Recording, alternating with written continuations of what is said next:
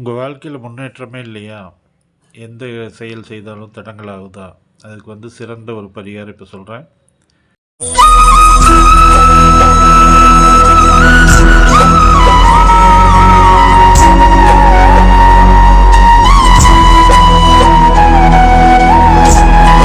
அமாவாசை காலையில் முன்னோர்களுக்கு திதி கொடுக்குறவங்க திதி கொடுத்துட்டு ஞாயிற்றுக்கிழமையில் வர புதன் வரைய நாளைக்கு காலையில் 8 to 9, மதியத்தில் 3 to 4, ஞாயிற்றுக்கிழமையில் வர புதன் வரை டைமு.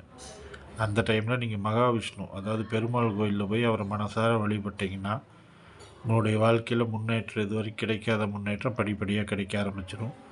ஒவ்வொரு ஞாயிற்றுக்கிழமையும் புதன் வரை டைம் காலையில் 8 to 9, மதியம் 3 to 4 இந்த டைமில் பெருமாள் கோயிலுக்கு போய் பெருமாளை வழிபடுறது மிகச்சிறந்த பரிகாரம். இதை நாளைக்கு ட்ரை பண்ண தொடங்குங்க. நாளையிலேருந்து ஆரம்பிச்சிங்கன்னா ஒவ்வொரு வாரமும் முடிஞ்சால் பண்ணிங்கன்னா ரொம்ப அருமையான முன்னேற்றங்கள் கண்டிப்பாக கிடைக்கும். கூடவே ஞாயிற்றுக்கிழமை சூரிய ஓரையில் சிவப்பு கலரில் இருக்க துணி ஏதாவது ஒன்று, நவகிரகங்களில் சூரிய பகவான் இருப்பார், அவருக்கு அதை அணிவித்து உங்கள் பேரில் ஒரு அர்ச்சனை பண்ணிட்டு வர்றதும் சூரிய பலத்தை கொடுக்கும் உங்களுக்கு. இப்போ ஒவ்வொரு ராசியும் என்ன கிழமையில் சூரிய பகவானுக்கு பரிகாரம் செய்யலாங்கிறத பார்க்கலாம்.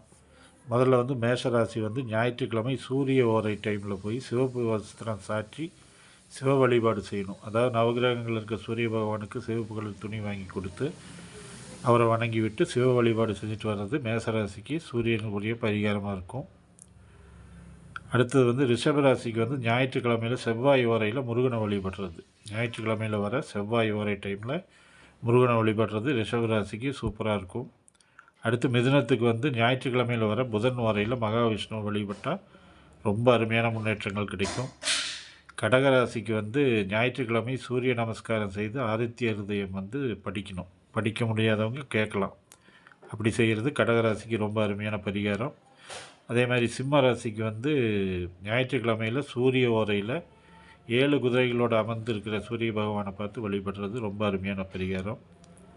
கன்னிராசிக்கு ஞாயிற்றுக்கிழமை சிவனடியார்களுக்கு தேவையறிந்து உதவ வேண்டும். அதாவது சிவனடியார்கள்னால் யாசகம் கேட்குறவங்க இருப்பாங்க, இல்லை சிவ நாமங்களை சொல்லி கோவிலில் வழிபாடு செய்கிறவங்க, இப்பேற்பட்டவங்களுக்கு ஏதாவது உதவிகள் செய்கிறது, பொருள் உதவி, உணவு உதவி ஏதாவது ஒன்று பண்ணுறது ரொம்ப அருமையாக இருக்கும்.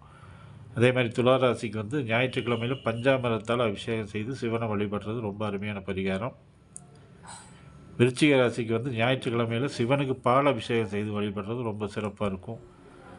தனுசு ராசிக்கு சூரியன் பலம் குறைந்தவர்கள் அமாவாசை நாட்களில் முறையான முன்னோர் வழிபாடு செய்து வர முத்தாய்ப்பான முன்னேற்றம் வரும். அதாவது பித்தர்களுக்கு பிண்ட தர்ப்பணம், தான தர்மங்கள், திதி தர்ப்பணம் கொடுக்கறது ரொம்ப சிறந்த பரிகாரமாக இருக்கும் தனுசு ராசிக்கு. மகர ராசிக்கு ஞாயிற்றுக்கிழமை இளநீர் அபிஷேகம் செய்து சிவனை வழிபடுறது ரொம்ப சிறந்த பரிகாரம். அதே மாதிரி கும்பராசிக்கு வில்வ அர்ச்சனை செய்து சிவனை வழிபட சூரிய தோஷம் விலகும் கும்பராசிக்கு. மீனராசிக்கு ஞாயிற்றுக்கிழமை விபூதி அபிஷேகம் செய்து சிவனை வழிபடுறது ரொம்ப நல்லாயிருக்கும்.